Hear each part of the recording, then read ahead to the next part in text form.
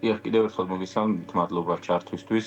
დავიწყებ იქედან, რომ ჩემი მისვლის მიზანი იქ არ იყო, რომ რაიმეს განსაკუთრებულად ველოდებოდი, განსაკუთრებით კი იმას, რომ ამ ბიჭებს დღეს შეიწყალებდა ყაველაშვილი. ჩემი პირველი მიზანი რაც იყო, იქ გამოცხადების იყო ის, რომ მე მსურდა ეს ბიჭები მენახა თავისუფლებაზე და მე ხილა მათი გარეთ გამოსვლის პირველივე წუთები. ასევე მინდოდა, რომ ფაქტობრივად ალბათ გამომივიდა კიდეც გარკვეულწილად ყოველ შემთხვევაში მხარდაჭერა გამომეხატა იმ მშობლების მიმართ, იმ თანამებრძოლების, მეგობრების მიმართ და თუნდაც თქვენი კოლეგების, ჟურნალისტების მიმართ, ის ხალხი, რომლებიც ფაქტობრივად დილის საათებიდან მოყოლებული 10 საათიდან, დილის 10 საათიდან იქ იყვნენ და ელოდებოდნენ არა მხოლოდ პროფესიული უფლებამოვალეობის შესრულების ფარგლებში, არამედ როგორც ესეთი საკუთარი ოჯახის წევრის, საკუთარი შვილების, მეების გარეთ გამოსვლას. რაც შეეხება პროცედურულ ამბავს, უბრალოდ რომ დღის ბოლოა ფაქტობრივად და არა მხოლოდ რაღაც ინფორმაცია ვიცით, რომ შეწყალების აქტი გამოიცა თუ არ გამოიცა, საერთოდ ინფორმაციულ ვაკუუმში ვარ.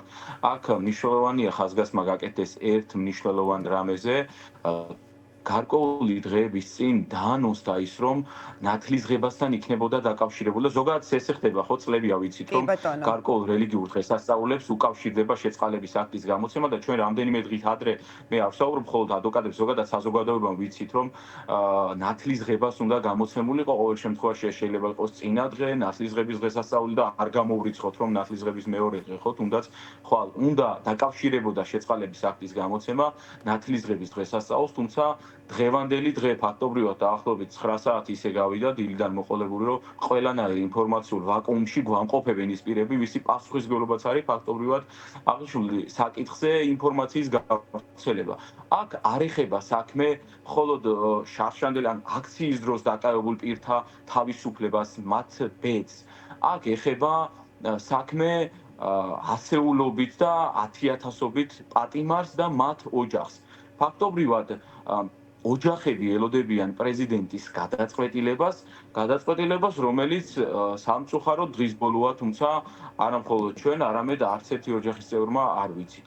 ეს გარკვეულწილად შეიძლება ვიღაცის აღქმით რაღაც კუთხით წამება არ არის მხოლოდ ფიზიკური, ეს ვთქვათ, ძალადობა, ფსიქოლოგიური გარკვეულწილად ზეგავლენა აზრზე, რომელიც შეიძლება ივარაუდებოდეს ლოგიკური გათვლებიდან გამომდინარე, გარკვეულწილად ეს ფსიქოლოგიური ზემოქმედებაც მე არ ვამბობ, რომ აქ რაღაც წამებასთან გვაქვს ადგილი, თუმცა მშობლების ემოციური მდგომარეობა შეიძლება გაუთანაბროთ ძალიან მძიმე მოპყრობას და ეს არ შეიძლება და სახელმწიფოს მხრიდან განსაკუთრებით და პირების მიმართ ვისი პასუხისმგებლობაცაა აღნიშნულ საკითხზე დეტალური ინფორმირება საზოგადოების არის უმნიშვნელოვანესი. უნდა ხაზი გაესვას მნიშვნელოვან რამეს. შეწყალების აქტი გამოიცემა ჰუმანიზმის პრინციპზე დაყრდნობით და გამოიცემა ამავდროულად სახელმწიფო ინტერესის გათვალისწინებით.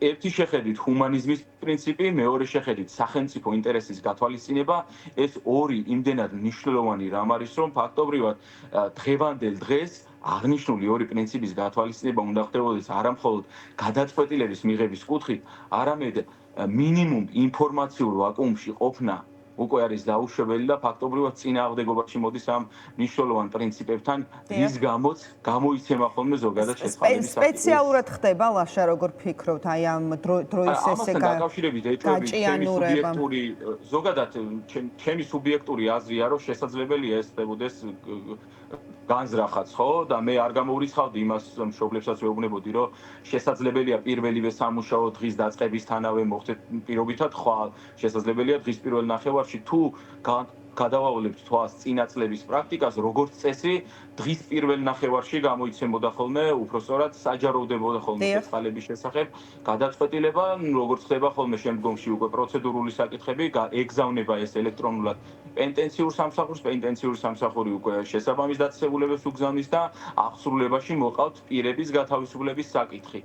მე შემიძლია მხოლოდ ჩემი სუბიექტური განცდები გითხრათ, შესაძლებელია ვარაუდის დონეზე გეუბნებით, რომ შეიძლება გაჭიანურება იყოს რაღაც კონკრეტული მიზნიდან გამომდინარე ამ ყველაფერს. აი, რამდენად არის მაგალითად იმის შანსი, რომ დღეს საერთოდ არ გასაჯაროვდეს თუ რადგან იყო ესეთი დათქმა და ესეც ხდება ხოლმე რომ ნათლისღების დღეს, სწორედ აი ნათლისღების დღესასწაულთან დაკავშირებით მიმართავს აი ამ ჰუმანურ აქტს ყაველაშვილი, არ ვიცი, შეიძლება რომ მაგალითად ხვალისთვის გადაიდოს ან რამე ეგეთი მოხდეს? სამართლებრივად კითხულობ, ანუ აი რაზეა ეს დამოკიდებული? პირდაპირ რომ გითხრათ, სამართლებრივად არსად არ არის გაწერილი არც ერთი კონკრეტული დღე თუ დღესასწაული, ამას უბრალოდ პრაქტიკა გვიჩვენებს ის, რაც პრეზიდენტის დისკრეციული უფლებამოსილებაა,